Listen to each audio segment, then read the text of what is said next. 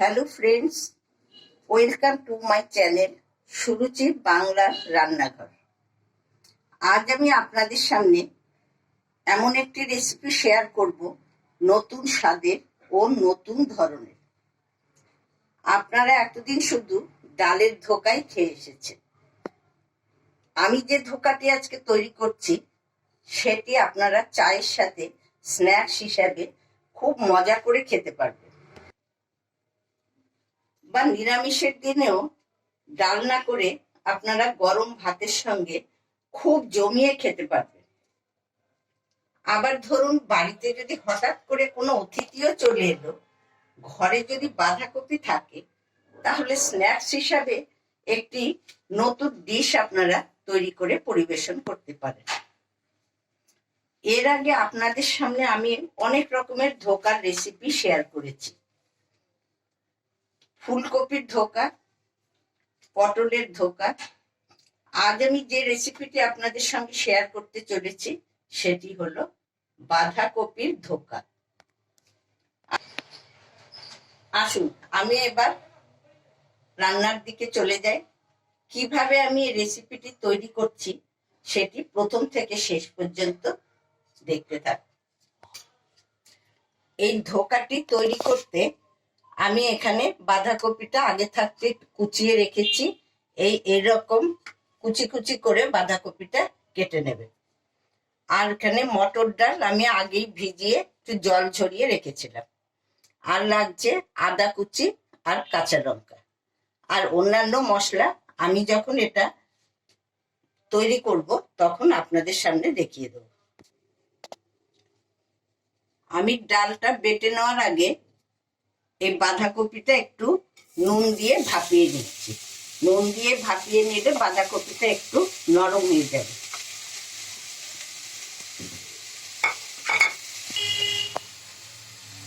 একটু নুন দিয়ে দিলাম।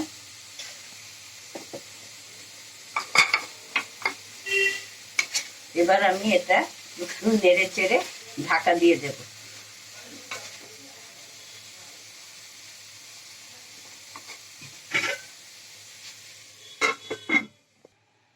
আমি এবার এই ডালগুলো বেটে নিচ্ছি।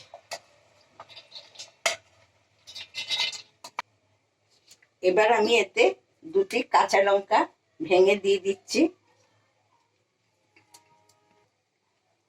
5-6 টুকরো আদার কুচি দিচ্ছি আর সামান্য একটু নুন দিচ্ছি, কারণ বাঁধাকপিতে আমি একটু নুন দিয়েছি। এতে আমি একটু জল দেব না, জল দিলে বাটাটা একটু লুজ হয়ে যাবে, এই জন্য আমি জল ছাড়া এটা বাটছি। দেখুন আমার ডালটা কি সুন্দর বাটা হয়ে গেছে, একদম শুকনো করে। ডাল বাটা হতে হতে আমার বাঁধাকপিটাও ভাপানো হয়ে গেছে। এবার আমি বাঁধাকপির সঙ্গে ডালের মিশ্রণটা মিশিয়ে নেব।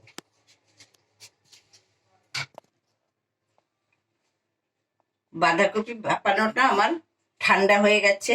এবার আমি ডালের মিশ্রণটা এর সাথে মিশিয়ে নিচ্ছি। এবার আমি এতে একটু কালো জিরে দিলাম, সামান্য একটু হলুদ গুঁড়ো দিলাম।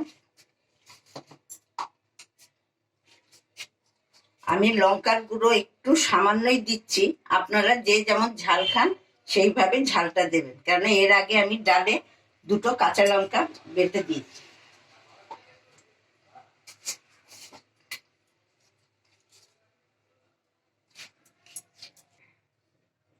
একটু জিরে গুঁড়ো দিলাম,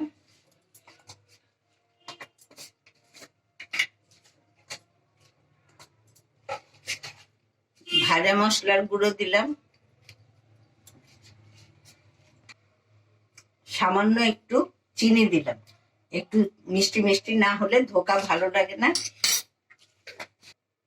এবার আমি এটা ভালোভাবে মিশিয়ে নিচ্ছি। আমি এবার এই পাত্রটিতে একটু তেল মাখিয়ে নিচ্ছি।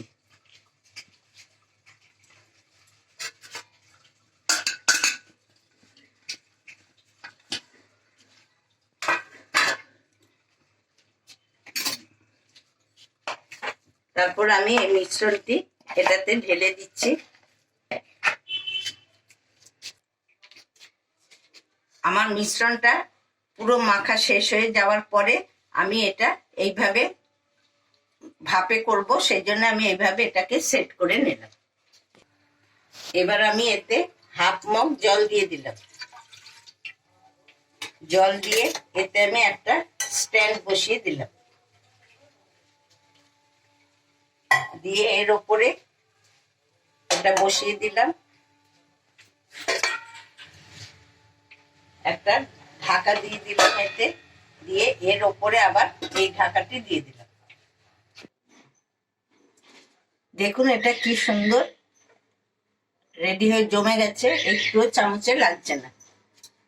আপনাদের আরেকটা টিপস আমি দিয়ে রাখি, আমি এটা ভাপে করেছি, কিন্তু ভাপে করতে গেলে একটু সময় লাগছে। আপনারা এটা যেমন ডালের ধোকা কড়াতে নেড়ে করা হয়, এটাও আপনারা কড়াতে নেড়েও করতে পারেন। এবার আমি এটা নামিয়ে নিলাম। এখন এটা ঠান্ডা হলে পরে আমি এটা ধোকার সাইজে কেটে তারপরে আমি এটা তেলে ভাজবো। এটি এখন ঠান্ডা হয়ে গেছে, আমি তার আগেই তেলটা গরম বসিয়ে দিয়েছি। এবার আমি এটি ধোকার আকারে কেটে নিচ্ছি। আপনারা যে যেমন খুশি ভাবে কাটতে পারেন, আমি এতে চৌকো করেই কাটছি। তেল আমার গরম হয়ে গেছে, এবার আমি ধোকাগুলো একটা একটা করে ছেড়ে দিচ্ছি।